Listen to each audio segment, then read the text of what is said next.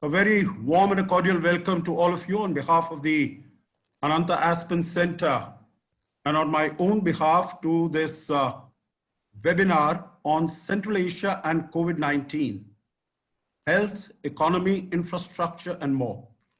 I'm delighted to welcome all participants from all parts of the world to this webinar.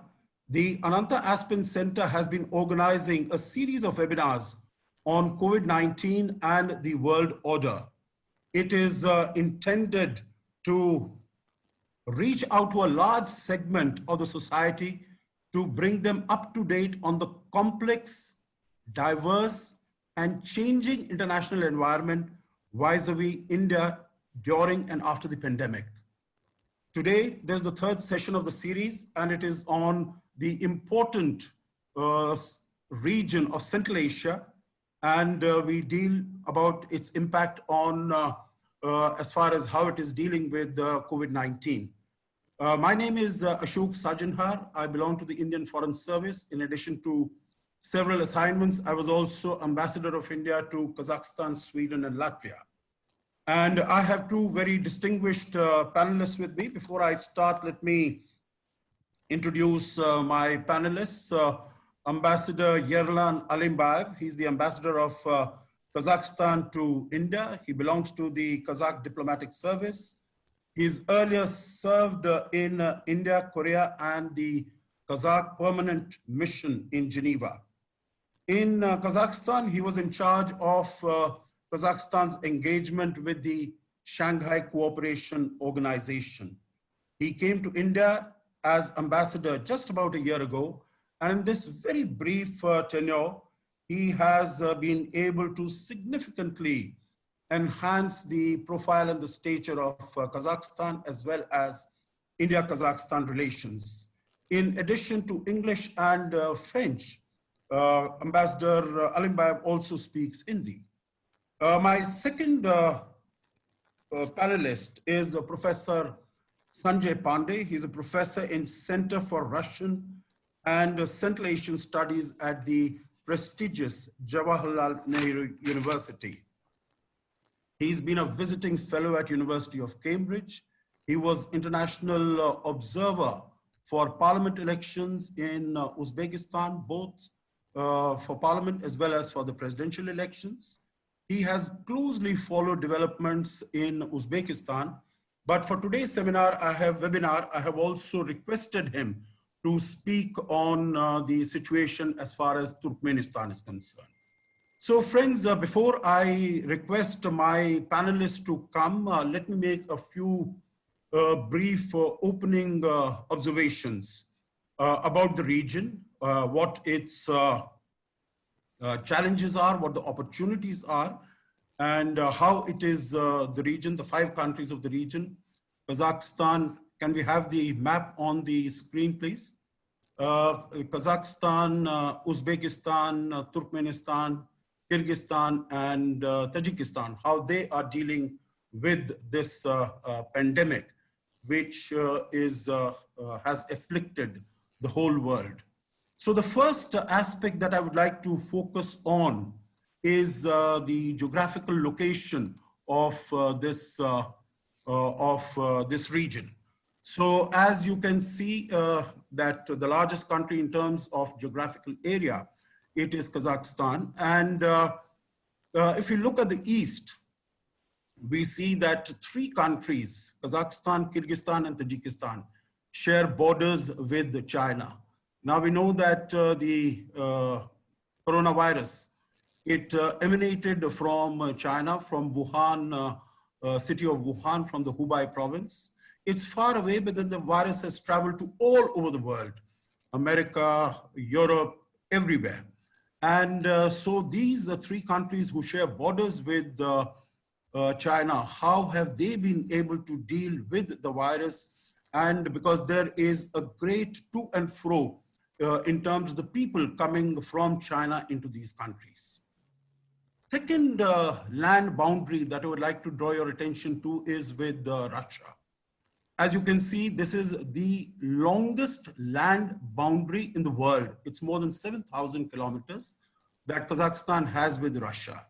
And even as far as Russia is concerned, it has jumped to the second position as far as infections are concerned, as far as positive cases are concerned. It is more than 300,000. It's next only to the United States. Fortunately, the number of casualties, the fatalities, is rather limited. It's a little less than 3,000, but still there is a lot of to and fro that takes place across this border. So that is another challenge that Kazakhstan has to contend with while dealing with this epidemic. We come to the west, and you would see that Turkmenistan has a longish boundary, about 700 plus kilometer boundary with Iran. And you would recall that in the early stages, Iran also was affected by the pandemic in a very serious manner, more than 125,000 positive cases and about 8,000 casualties, fatalities. So there also this region, Turkmenistan in particular, has to contend with this border. And lastly, maybe you are not able to see it very properly, but there are three southern countries, Tajikistan, Uzbekistan, and Turkmenistan, which share borders with Afghanistan. We are not able to see it very clearly, but Tajikistan has about a 1,300 kilometer border, Uzbekistan about 137 kilometer, and Turkmenistan about 800 kilometers. And we can see that we observe that after the so-called peace deal signed between the United States and the Taliban on the 29th of February, we see the Taliban is on the ascendant. So in addition to the pandemic, to the coronavirus, these three countries, and in fact, all the five countries, have the potential of being affected by the increased outreach of the Taliban and terrorist forces from Afghanistan. So this is the geographical layout as far as the region is concerned. The second aspect that I would like to briefly touch upon is the leadership of all these five countries. And I think that also has a huge role to play in terms of how these countries have been able to deal with this virus. So the first is three of the countries here, Kazakhstan, Uzbekistan, and Kyrgyzstan. They have had new leadership in recent years. Kazakhstan, the most recent of all, we had President Kassym-Jomart Tokayev taking over as the president in March last year after the first president, Mr. Nursultan Nazarbayev. He suddenly decided to vacate the position and offer it to Mr. Tokayev. But of course, Mr. Nazarbayev has not gone off the scene. He's still very powerful. He has a constitutional position of being leader of the nation. He is also the lifelong chairman of the National Security Council, which meets and decides on a large number of issues as far as the country is concerned. He also has the possibility, he has to give, his approval has to be sought when Mr. Tokayev appoints several of his important ministers. So he's a very powerful individual. But Mr. Tokayev is also a very experienced administrator, very good administrator, and has great, huge experience in governance. And he has been handling this pandemic.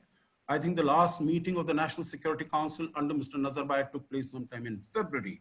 So we have a good, progressive, enlightened leadership in Kazakhstan. In Uzbekistan also, we had the new president came in December of 2016 after the first president, Islam Karimov, died in September of that year.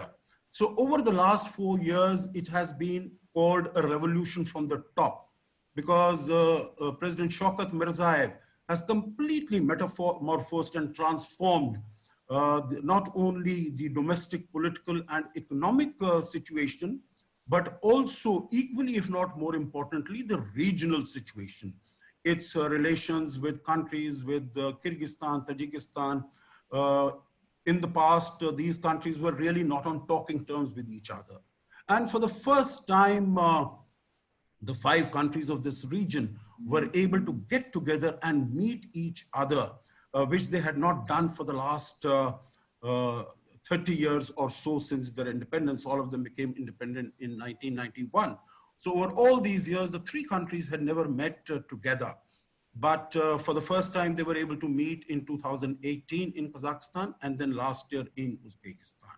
So he is a progressive leader also and has made a significant difference.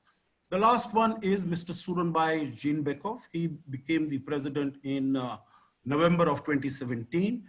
This is the only country in this region which has democratic elections, in that sense that there are the first president, Almazbek Atambayev, was president only for a period of 6 years. The president can be president only for one term. So Mr. Atambayev has gone, Mr. Jeenbekov has come, and he was the prime minister before that, so he's also an experienced person. The other two leaders, Mr. Gurbanguly Berdimuhamedov in Turkmenistan, he's been in power since 2006, and Mr. Emomali Rahmon in Tajikistan has been in power since mid-1990s. So these are old leaders, and the manner in which they have handled the pandemic is also indicative of the fact that they have been in position for a long time. Just one sentence on that, which is that in both these countries, they have refused to recognize that there is something like the coronavirus and it can affect them. There has been no focus on isolation or quarantine or social distancing. And I think that has had some impact. As I said, Professor Pandey will speak on Turkmenistan, and we can discuss Tajikistan also a little later. The third aspect that I would like to draw upon is, emphasize, is the fact that three of these countries are extremely rich in mineral resources, particularly in energy fossil fuels. Kazakhstan in oil and gas, also uranium, coal, and others. Uzbekistan, oil and gas, and Turkmenistan, it is the fourth largest reserves of gas in the world. But we know that even before the coronavirus, even before the pandemic, because of the problem between Russia and Saudi Arabia, the prices of oil had come down very drastically. And this has been further exacerbated as a result of of the coronavirus. So before the pandemic, if the price of oil was about $20 to $30, after that it has become even, it has come down even further. So it's a double whammy for as far as these three countries are concerned. What has really complicated matters and made them even deteriorated them even further is that the biggest markets for these countries, for instance, as far as Kazakhstan is concerned, the biggest trade market is Russia. And Russia itself is going through a recession. So it can, not only in terms of energy, but also in terms of its trade and economy, it has suffered very drastically. Turkmenistan, the only major supply of gas that it was undertaking was to China. Iran and Russia are also importers, but they are very small importers, and they have just restarted again. And there at the beginning of the pandemic, China had put up a force majeure clause saying that they are not in need of any gas. So that has had a huge impact on this region, that their earnings, their budgets, which were earlier possibly drawn with oil at the level of $50 to $55 a barrel, today they are looking at figures of 20 barrels or so. So that is another aspect that they have to contend with. And the fourth and the last one that I want to mention is about remittances. These three of the countries here, Tajikistan, Kyrgyzstan, and Uzbekistan, are heavily dependent upon remittances from their workers, from the professionals who have gone out, mostly to Russia and to Kazakhstan. 30 to 40% of GDP of Tajikistan and Kyrgyzstan is comprised of remittances from these countries. Now, the economies of these two countries are not doing well. Remittances have fallen. These workers are coming back, and they are creating a problem, both social, because there are no jobs, and unemployment, and loss of remittances. So this is the lay of the land. These are the challenges that these countries have to face. And I thought I'll share these thoughts with you before I invite my distinguished panelists. One housekeeping announcement, if I may. I'm going to be, after my panelists have spoken and after I've had a interaction with them, I will open the floor for questions. I will invite all of you to please send your questions either on the Q&A portal at the bottom of your screens if you're on Zoom, or in the comments if you're on Facebook.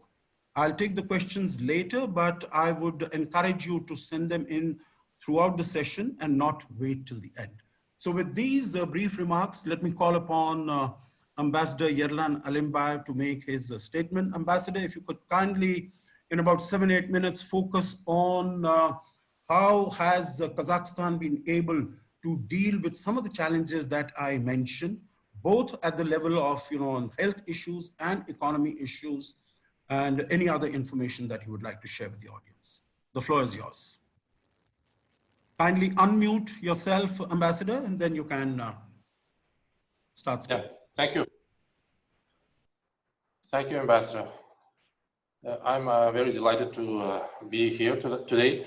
So actually, I'd like firstly to thank the Anant Aspen Center for organizing this webinar. And as you rightly mentioned, the COVID pandemic has spread throughout the world, and Kazakhstan was no exception.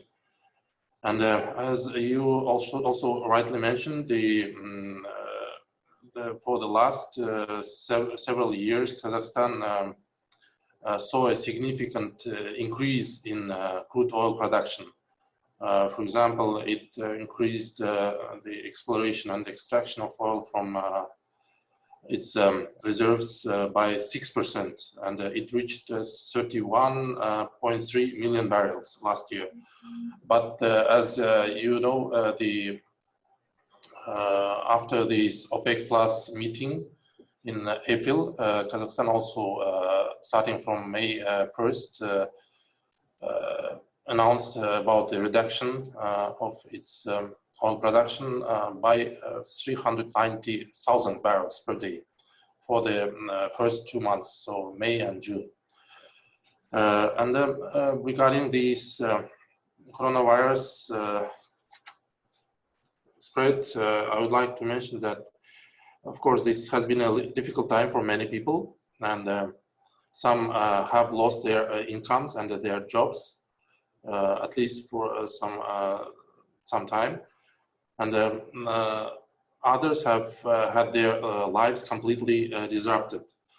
So in response, the Kazakh government has taken many steps to protect the citizens from the infection and to help them to overcome the economic challenges caused by the virus-related shutdown. In doing so, I can say that Kazakhstan has become a leader in the region, and the government received positive reviews from the World Health Organization just recently, and other international experts. President Kassym-Jomart Tokayev and the government of Kazakhstan have worked hard to prevent for the last 3 months to prevent the spread of this disease and support Kazakhs economically. Actually, starting from March 16, the state of emergency was declared in Kazakhstan, and it lasted till May 11. But still, despite the lifting this state of emergency, the strict quarantine rules still remain nationwide. Today, we can say that these efforts have largely worked. The COVID-19 pandemic is not that growing exponentially, actually, in Kazakhstan, as it is elsewhere in the world. So actions taken by the government of Kazakhstan, as I mentioned, they received positive reviews, and the government acted quickly from the start. We introduced tough quarantine measures, and the public transportation was suspended. Most organizations and institutions switched to remote operations. Streets and residential facilities areas were disinfected on a regular basis. Affected citizens received the care they needed in a timely manner. These actions have significantly actually slowed the spread of the virus in the country. On the economic front,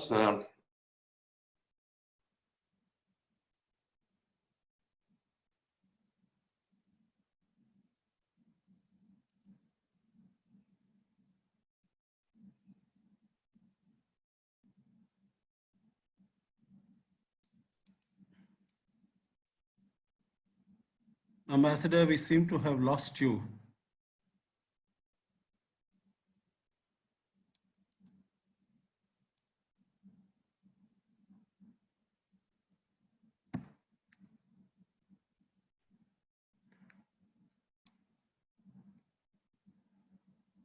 I think Ambassador seems to have gone off air. There seems to be some problem in connectivity.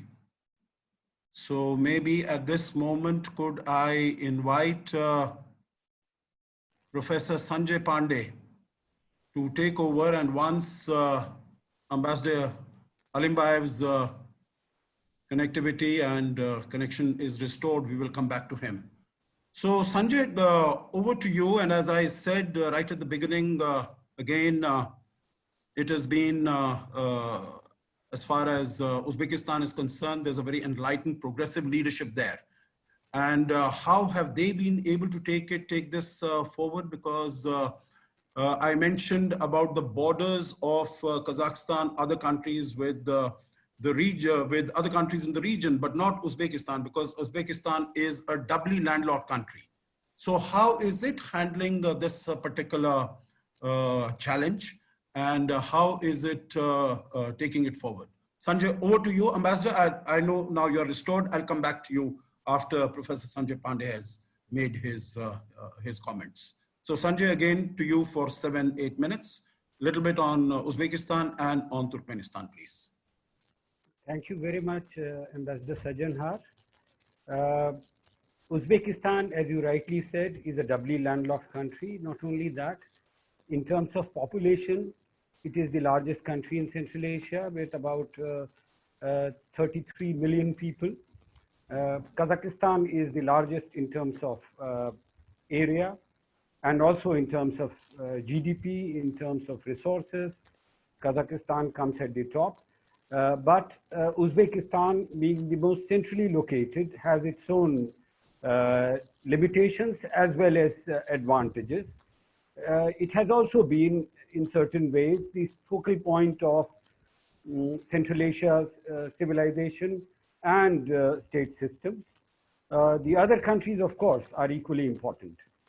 Now, Kazakhstan and Uzbekistan have been the two countries which have tried to most effectively deal with the pandemic and its after effects.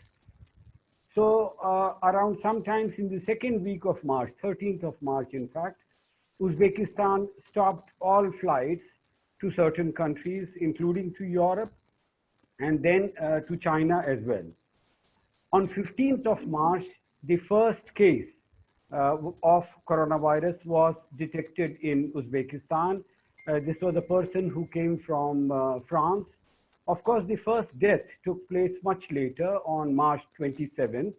It was a lady in Namangan region of Uzbekistan.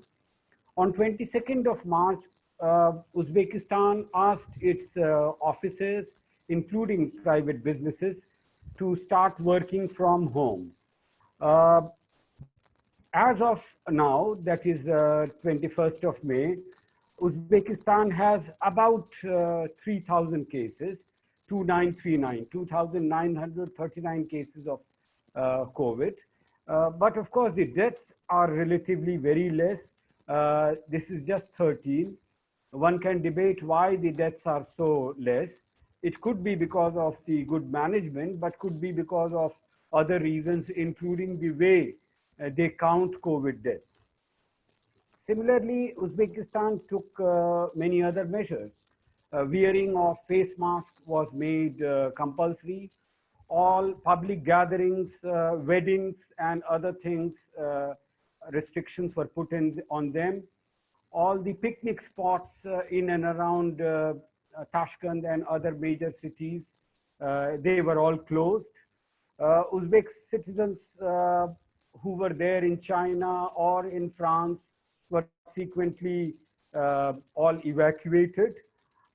Public transportation also was stopped. Metro, Tashkent has metro, buses, mini buses, they were all stopped. Private cars and taxis, unless they were going for some medical reason, they were all closed. Shops were mostly closed except for provision stores and medical stores. So like this, they took very stringent measures. In fact, there was some criticism of the strictness with which the authorities tried to deal with the violation of these norms and regulations. But one can also say that because of this strictness, they have been able to contain and to limit the spread of coronavirus in the country. In terms of number of tests that they have done, it is around 13,000 tests for per million. Of course, Kazakhstan fares much better. They have more than 30,000 tests per million. But Uzbekistan is also doing relatively well in this regard. And they have been able to, as I said, contain. Because of their relative success, what one can say, in containing, sometimes in the second week of May, the Uzbek president announced that there will be partial reopening of the economy, something like what we have seen. Of course, in certain ways, the lockdown continues, but in many other respects, they have opened up. So coming to the impact, economic impact of the coronavirus on Uzbekistan. Uzbekistan, unlike Kazakhstan and Turkmenistan, which are heavily dependent on their hydrocarbon exports, Uzbekistan's dependence is relatively less. So according to some estimates, whereas the negative impact in terms of GDP growth is will be around 5% overall in Central Asia, 4.5 to 5%. In case of Kazakhstan, perhaps it will be upwards of 4%. In case of Turkmenistan, we don't have real figures, but Uzbekistan perhaps will be less affected because one of their important exports is cotton. So that is not going to be affected in a big way. So around 2% of decrease in their GDP we are likely to see because of this. But of course, large number of more than 10,000 enterprises, industrial enterprises out of total of around 14,000 were closed. Large number of workers, nearly 17 million stopped working during the lockdown period, and now it is claimed that many of them, large number of them, have returned to their work. The Uzbek government, sometimes in April, they started coming out with special measures, special packages, emergency fund, doles for the common population. But especially in the month of May, they came out with a large package of nearly 30 trillion soums, the Uzbek currency. Of course, its value is very less. So one US dollar is equal to around 10,000 Uzbek soums. So that's... Yes, Sanjay, thank you very much. You know, you have given a very detailed presentation on Uzbekistan. And could I now request you to focus very briefly on Turkmenistan, because I want to go back to All right, all right. So Alibayev. Uzbekistan, they came out with a large package in order to revive their economy. Turkmenistan is a little difficult to talk about because, as Ambassador Sajanhar told you, together with Tajikistan, it was a country which till now, in fact, Turkmenistan till now hasn't announced any COVID patient. Tajikistan at the end of April, early May, on the eve of visit of WHO, World Health Organization team, they announced some cases. In fact, Tajikistan has announced as of now there are 2,140 cases and around 41 deaths, Tajikistan. But Turkmenistan has not announced any COVID patients. Despite the fact that they share a long border with Iran, which is one of the epicenters, they have not announced, but that doesn't mean that they have not taken any measures. Beginning from end of January, they stopped international flights to certain countries. In March, especially, they stopped almost all international flights. Within the country also, certain restrictions were put, especially for people who were coming from outside to Turkmen capital Ashgabat. Unless they had doctor certificate, they were not allowed. But it was only in the month of May, this month, actually, that they publicly announced that they are restricting movement of people and public gatherings. Otherwise, in order to show that things were in control, they did not, in fact, on 7th of April, they had this bicycle run for World Health Day. On 9th of May, they organized the Victory Day parade in the capital in order to show that the government of Turkmenistan is well in control. The impact on Turkmenistan will also be there because gas and oil prices are interlinked. Although there is nothing called an international gas price, international crude price is there, but since the crude price has come down to between 20 to 30, international gas prices are likely to suffer similarly. And there are two primary destinations for Turkmenistan's gas exports. One is China, which takes bulk of Turkmenistan's gas. Another is Russia during the last 1 year or so, because they had stopped gas imports. It is believed that China is trying to renegotiate the gas prices with Turkmenistan. So that means they are going to take a big hit on their gas imports. But apart from gas, Turkmenistan also depends on cotton export, for example, which will not be affected. So although... Good. Thank you very much, Sanjay, for this detailed exposition. And now may I come to Ambassador Yerlan Alimbayev, please finish your presentation and then we will get into a conversation. I would like to get into a conversation with both of you, and then we have a large number of questions also which have piled up. And I would like to at least to take some of them if we do not really have the time to deal with all of them. Ambassador Alimbayev, you have the floor, sir. Thank you, Ambassador. Sorry I didn't get there when I was but now its connection is okay. Yes, connection is fine. Connection is fine. Please go ahead. Yes, actually, I was telling that Kazakhstan has taken many steps, and on the economic front, the government gave the priority to financial support for medical workers, and the president has taken several steps to preserve the social and economic stability and provide citizens with basic needs and income. The government's primary objective was to ensure that no one is left. So far, around 5 million people have received financial assistance. So its volume is around 98 to 100 US dollars. And food and household products are being distributed. Actually, still distributed to more than, and so far we had more than 1 million people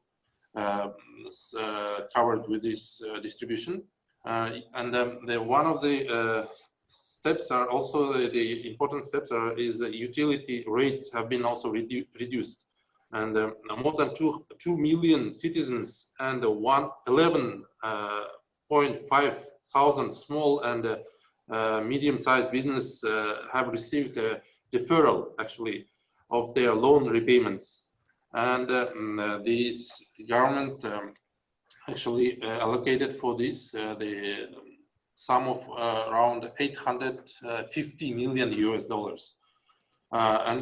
Uninsured citizens have the right to receive medical assistance from the Social Health Insurance Fund till 1st July of this year. And after imposing the state of emergency on March 16, the head of state initiated the campaign Biz Birgemiz, We Are Together, to help Kazakhstanis in need. Thanks to this, tens of thousands of needy citizens receive the assistance in the amount of around 120 US dollars. And as part of this campaign, Birgemiz Together Foundation was established by the initiative of the first President Nursultan Nazarbayev, and it also provides charitable assistance. So this movement actually has covered almost entire Kazakhstan. And many small and medium-sized businesses have been in a difficult situation throughout this crisis.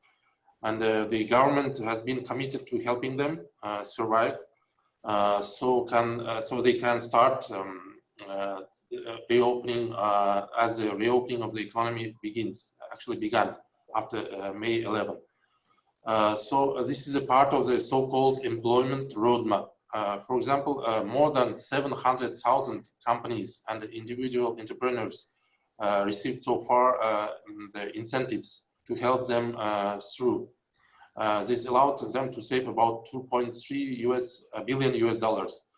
The President of Kazakhstan also instructed the government to allocate an additional 237 million US dollars to support small farms during these field works which we have started in Kazakhstan. And in addition, diesel fuel prices also for agricultural producers have been reduced by 15%. Actually, Kazakhstan was also proactive in regional issues during this crisis, and its focus was on humanitarian relief by providing food and supplies to our neighbors. Actually, I would like to say that despite the slowdown during this pandemic, the economy of Kazakhstan developed well. For instance, in January, April this year, all manufacturing sectors actually showed a positive trend. In the mining sector, non-ferrous ore production increased by 3.4%. The growth of iron ore production amounted to almost 15%. The volumes of coal and production amounted to even 102%. In the manufacturing industry, growth was 7%. The chemical industry production increased by 0.3%. It was, I think, the lowest data. So in the machine building industry, the volume of production grew by 25%. That is actually after May. Numbers, Ambassador Yalnbay, very impressive numbers. Yes. I think around the world, what we are seeing is that the economies are not doing well, particularly because there have been lockdowns in all the countries or emergency as it took place in Kazakhstan. As a result of this, the demand has been hit, the production has been hit, supply has been hit, supply chains have been hit. But of course, it is very encouraging and reassuring to hear from you that all your industries are performing well. And I think that is particularly good news for this region, because Kazakhstan accounts for more than 60% of the GDP of the Central Asian countries. Let me pose one question to you from this, that, around the world, we've been hearing that the Belt and Road projects have been under considerable stress because as a result of the lockdown, people have not been there. Also, we have heard, whether it is from Africa, Sri Lanka, Asia, so many countries, that there are problems of debt repayments. And there have been so many requests made for debt rescheduling. What is the experience of Kazakhstan? Because Kazakhstan is one of the linchpins as far as the Belt and Road Initiative of China is concerned. So what has been Kazakhstan's experience so far in terms of the ongoing projects of the Belt and Road Initiative? Yeah, thank you, Ambassador. This is actually the timely and a good question because this initiative, as you know, was introduced in Kazakhstan, and now is Kazakhstan one of the main participants of this initiative. So so far we don't have any kind of problems with, and we don't say debts, as you rightly mentioned. We have some projects we implemented in Kazakhstan, more than 50, and they are of course they are now suspended for a time being, and but we hopefully will restart them, both from our side and from Chinese side, and there is no any kind of reconsideration or redoing of this. So the job will start as soon as we got these borders reopened. So good. Thank you very much for your response. Now let me pose one question to Professor Sanjay Pandey, and once you have responded to that very quickly and briefly, Sanjay, I'll go to the questions from the audience, because they have been piling up over this time, and there are several of them are very interesting, which I would like to pose to my panelists. So Sanjay, since you are so well off with the situation in Uzbekistan, the Uzbek president visited India twice, once in 2018, September, October, then again in 2019 in January. And they have been very keen, Uzbekistan has been very keen, as we said, doubly landlocked country, to get an access to the warm waters, of the Arabian Sea. Now, how do you think the Chabahar project, the Ashgabat agreement, also the connectivity from Uzbekistan via Afghanistan to Iran, etc., how is that going to be affected as a result of this pandemic and the overall India-Uzbekistan relations? Very quickly, please, because time is limited. Yes. In fact, the problem does not lie with either Uzbekistan or even Afghanistan. Now the problem is in Iran. Because of the pandemic, it has been among the five, centers with highest numbers, more than 1 lakh, more than 100,000 cases. So, and even before the start of the pandemic, in the last year, we have seen that the rhetoric between Iran and US had become very shrill. And it was becoming increasingly difficult for India to continue its trade relations with Iran. Its oil imports from Iran got affected. Of course, Chabahar still continued, but there was a certain slowdown. The rail and road connectivity between Uzbekistan and Afghanistan is already there. They have constructed a rail line. There is rail and road connection between Iran and Afghanistan also. But the crucial point is, if and when the pandemic ends, whether India will be, because certain portions, the repair work remains, certain portions of rail connection still is not there. When this pandemic ends, whether India will be able to complete the project at Chabahar, and what would be the timeline, and more important than that, whether we have adequate trade with which this trade route through Chabahar or INSTC in general becomes viable. As of now, our trade with Russia or Central Asia is not very impressive. Less than $10 billion with Russia, around $2 billion with Central Asia. So all in all, 12, $15 billion. Yeah, I think as people say, you know, it's a catch-22 situation. It's an egg and chicken situation. You know, if you provide better connectivity, you will have better investments, trade, better interactions. But, you know, so hopefully going forward, we will have better provisions on that. Now, let me, since we have about 15-20 minutes left, let me come to the questions from the audience. And the first question I would like to pose to you, Ambassador, you know, this is from Professor Reena Marwa. And she asks, given the increasing mistrust of China among the people of Kazakhstan, do you believe that bilateral relations will be adversely affected post-COVID? Your take on this, sir.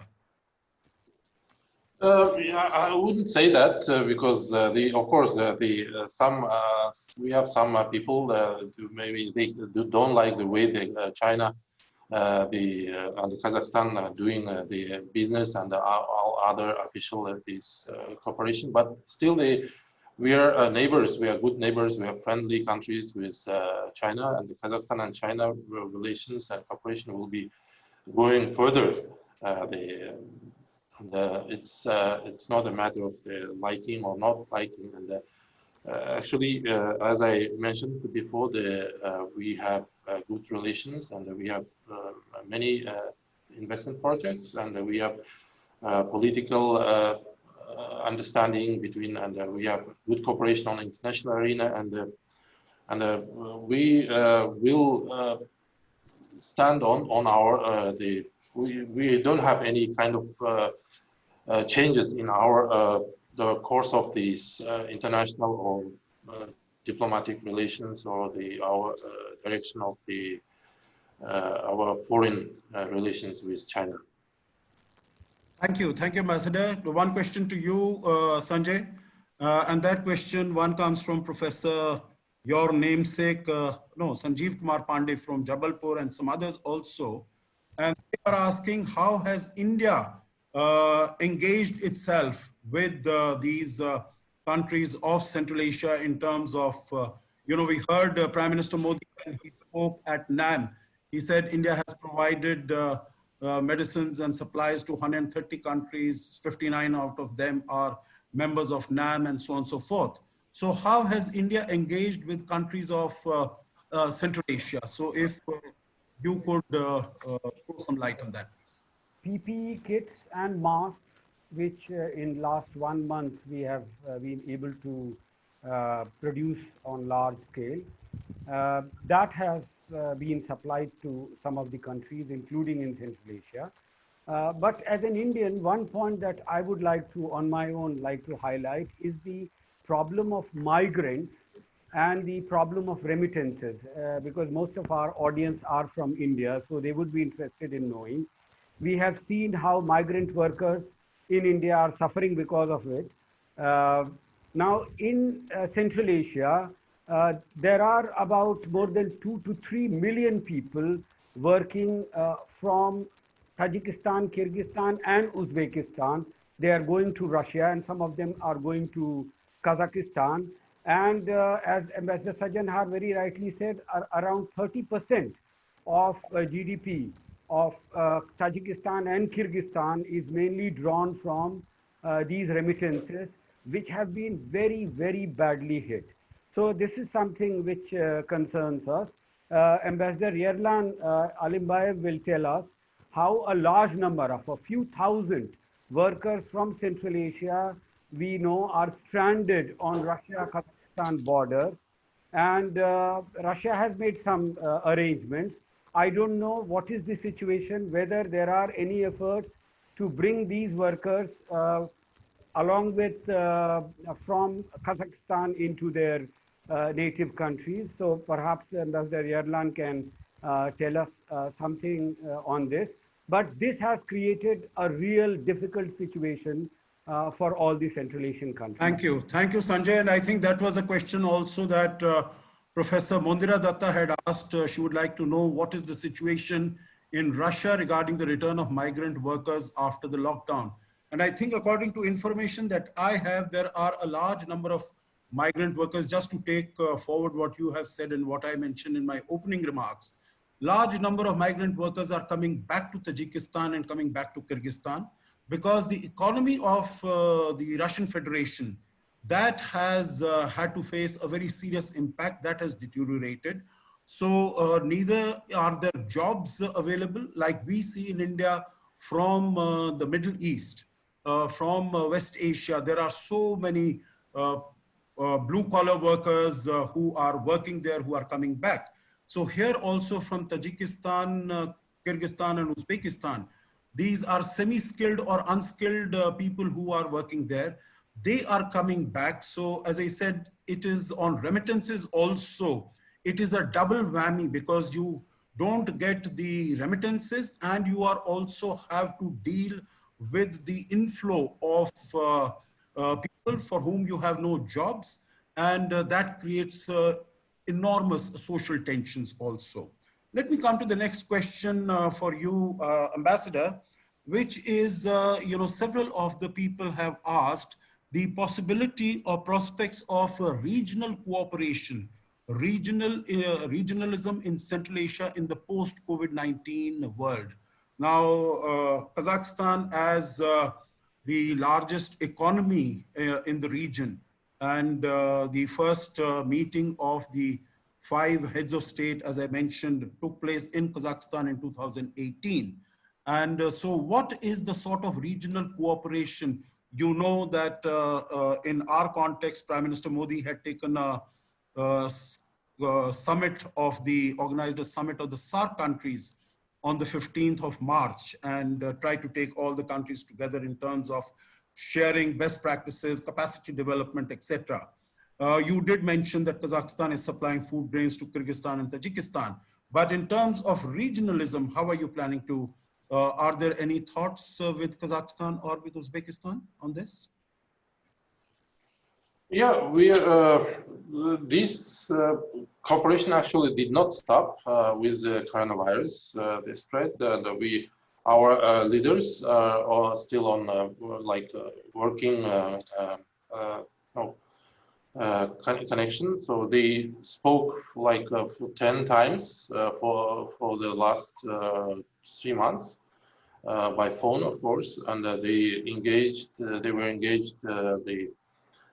They were in touch on other international arena, like these organization structures, like the European Eurasian Economic Commission's meeting in online. I mean, it was the day before yesterday. So the interaction is still on. So we will be going on, and we will continuously working on the level we had before. So I see no problems with that. Very good. Thank you very much. There is a question from one eminent Gandhian, Jill Carr Harris. She mentions, you mentioned that there was communication, greater peace between the 3 countries, actually 5 countries, after 30 years of isolationism. Could you, each panelist, explain what were the factors that made this happen? So I will give this question to you, Sanjay. Can you hear me? Yes, but I couldn't understand the question. Okay, the question is on regionalism. What I had mentioned right at the beginning, if you would recall, that after 1991, the first time that the leaders of the 5 countries met by themselves, it was in 2018 at the initiative of the President Shaukat Mirziyoyev, and he had reached out both to Kyrgyzstan and to Tajikistan. So the question there is, what were the factors that made this happen?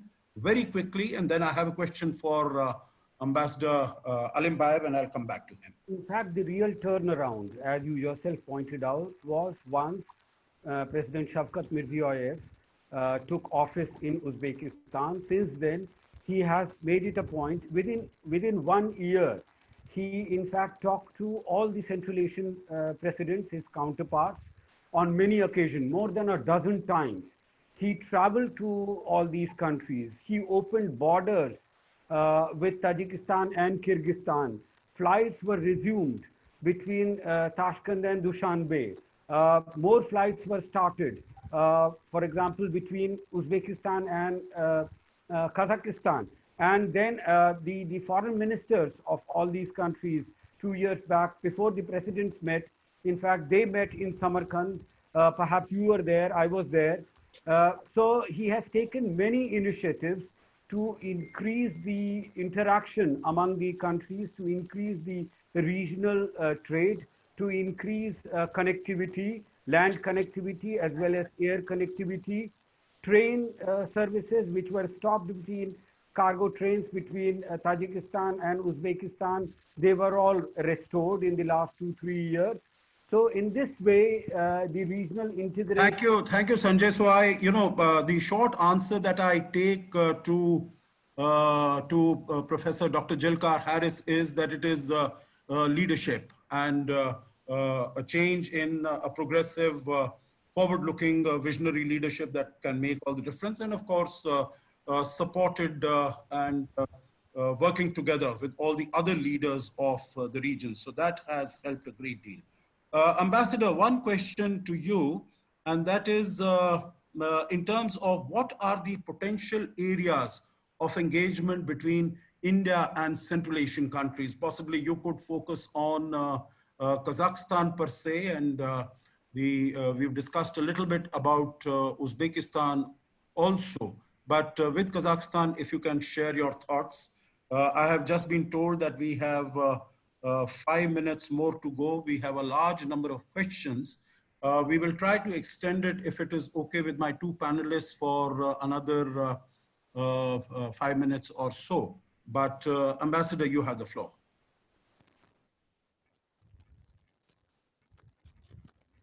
Ambassador, can you hear me? That doesn't seem to be the case. So maybe I can come to you, Sanjay, that... Yes, please. Can you repeat once again? Yeah, I will. Okay, you could take this question. There is one from Sakshi. It says, the impact of foreign policy of the Central Asian countries amidst COVID-19 and opportunities for India. So if you could take this question briefly, and then we'll go back to Ambassador Alim Bhai. Ambassador, are you back? Please unmute yourself. Please unmute yourself. Please unmute yourself. Unmute yourself and you can speak. In the meantime, you want me to speak? I think Ambassador is there very much, and he's looking expectantly at the screen. Right, now I think you are, yeah, please go ahead. No, can't hear you. Can't hear you, Ambassador.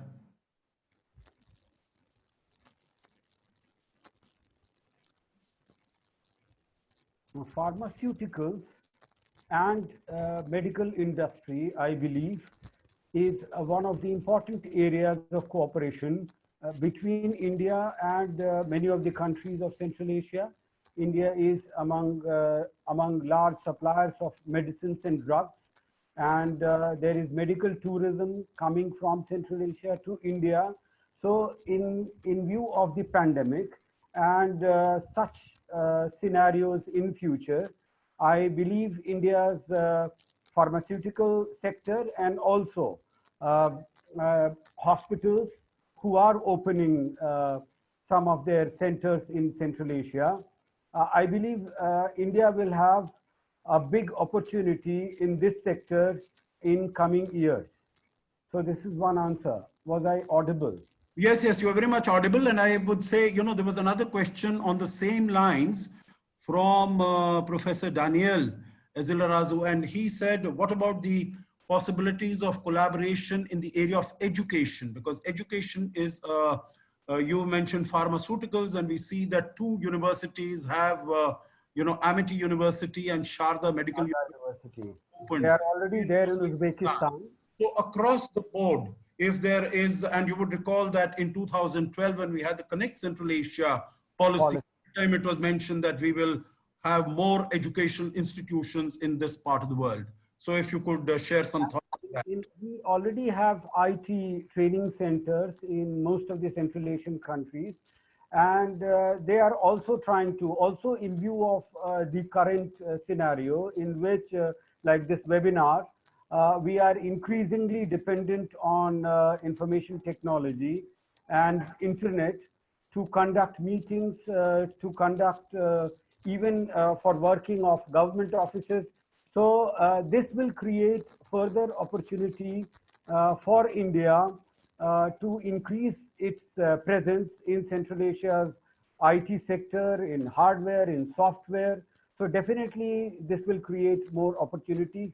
And the Uzbek president, in fact, in March, he came out with a new vision to strengthen country's IT sector.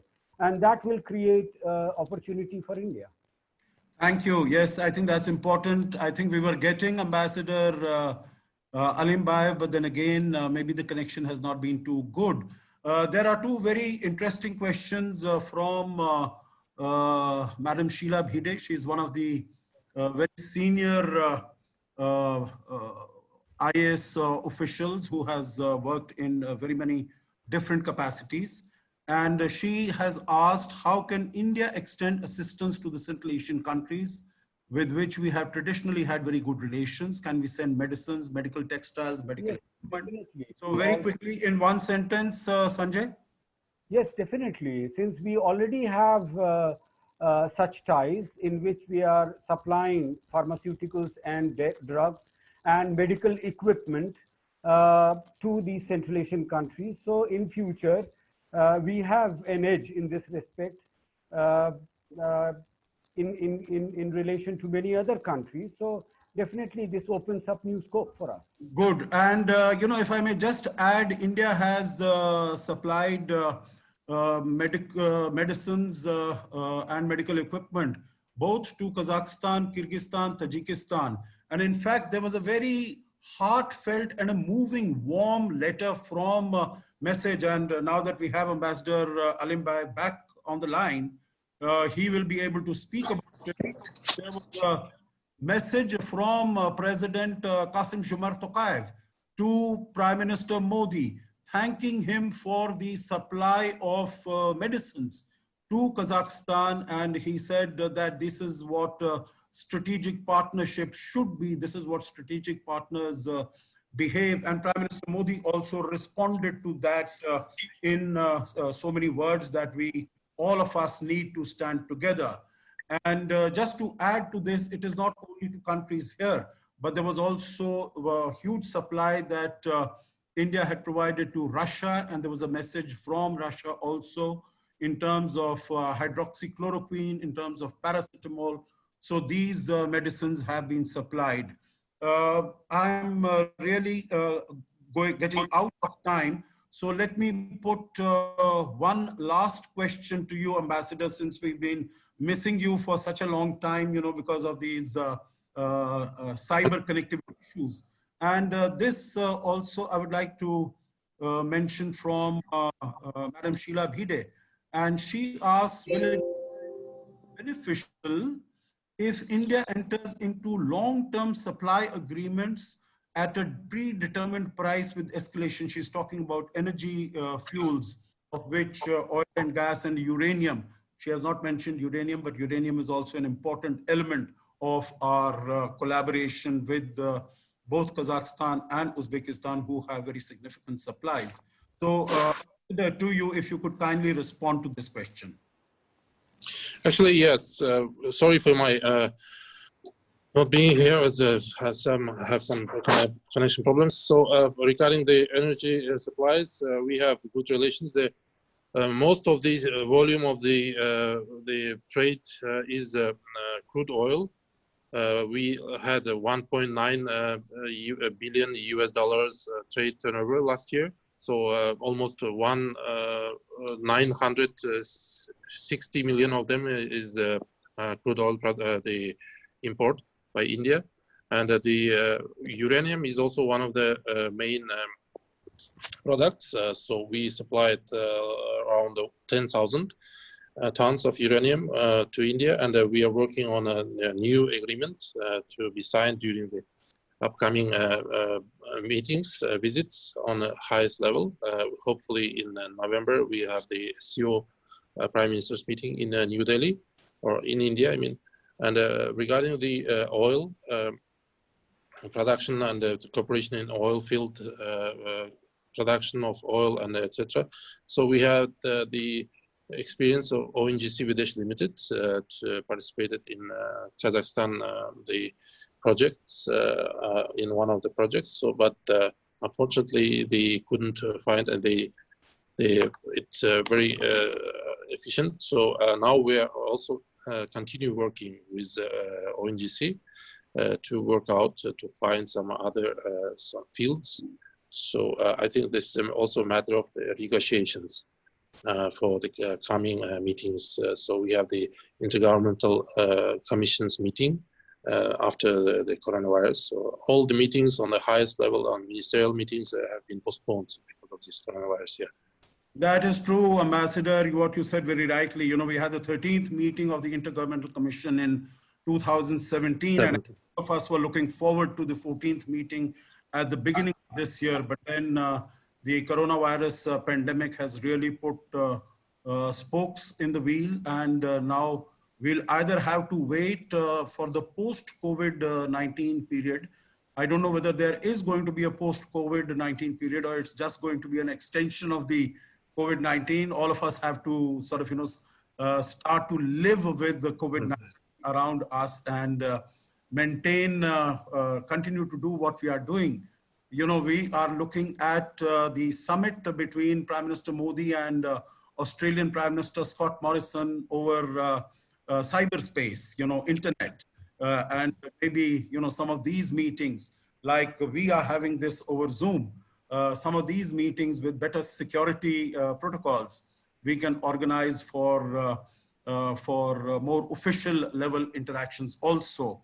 I will ask you, Ambassador, one last question before I make my closing remarks, and that is from one journalist from Malaysia, Mr. Sankara Subramaniam. And he says, how are the countries in Central Asia coping with the after effects in general? And when will likely the economies will be on track? So when will the economies be on track? And second, what are the chances the countries in Central Asia transferring their supply chain to ASEAN countries, despite the fact that Japan is eyeing on ASEAN not? Okay. So if you could answer about this economy is getting back on track, Ambassador.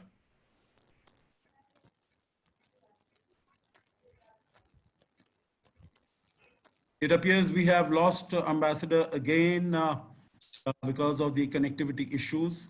So if I may, let me now end this webinar. First, with the statement to thank my very eminent and distinguished panelists, Professor Sanjay Pandey, Ambassador Yerlan Alimbayev, for taking out the time to be with us. Thanking all the participants who have been there. We had close to 100 participants during most of the interaction. And even now I see that we have about 77 committed participants who are with us. I must thank all those who have posed questions, but unfortunately, because of the paucity of time, we've not been able to take all the questions. I think I will interact with my two panelists and see if we can, on a bilateral basis or so, reach out and try to respond to some of the questions that have been posed. But let me just make some concluding remarks. One of the questions that Professor Mondira Datta had posed was, what are the numbers of affected positive cases in these countries? What is the number of casualties and fatalities? I had noted that down. Kazakhstan, as the ambassador mentioned, about less than 7,000 cases, 35 deaths. Uzbekistan, less than 3,000 cases, 13 deaths. Tajikistan, less than 2,000 cases, 41 deaths. Turkmenistan, no figures available, as Professor Pandey had said. Afghanistan also had the figures, a little more than 8,000 cases and a little less than 200 deaths. So as you can see that the numbers are not all that large. Countries which really went into either lockdown or emergency, I think they have been able to deal with this much better. The two outliers have been Turkmenistan and Tajikistan, which in the initial stages refused to recognize.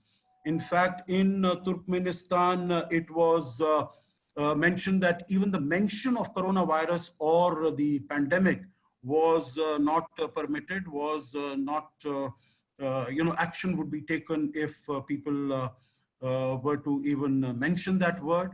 And in Tajikistan, there were big Nowruz meetings and football matches with several thousand people.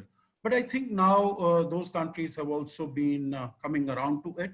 So if we see overall, the performance has been positive. It doesn't seem to be getting out of hand. I think what we really need to see, because this area is extremely significant, not only for India, of course, in terms of security, stability, economy, connectivity, energy security.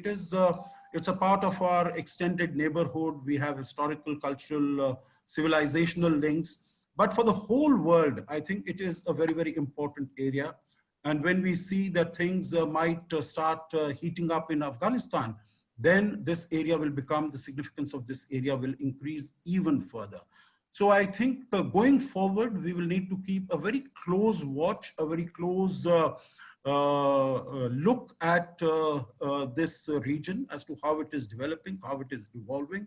There are great possibilities for India to engage in partnership and in further collaboration with these countries. And I think going forward, our countries will use all possible opportunities to take this relationship forward. So with these few words, once again, thank you very much to each and every one of you. And I'm sure Ananta will continue to organize such webinars, and we look forward to welcoming you for more of these webinars in the days and weeks to come. Thank you. Have a good day and stay home, stay safe. Thank you. Goodbye.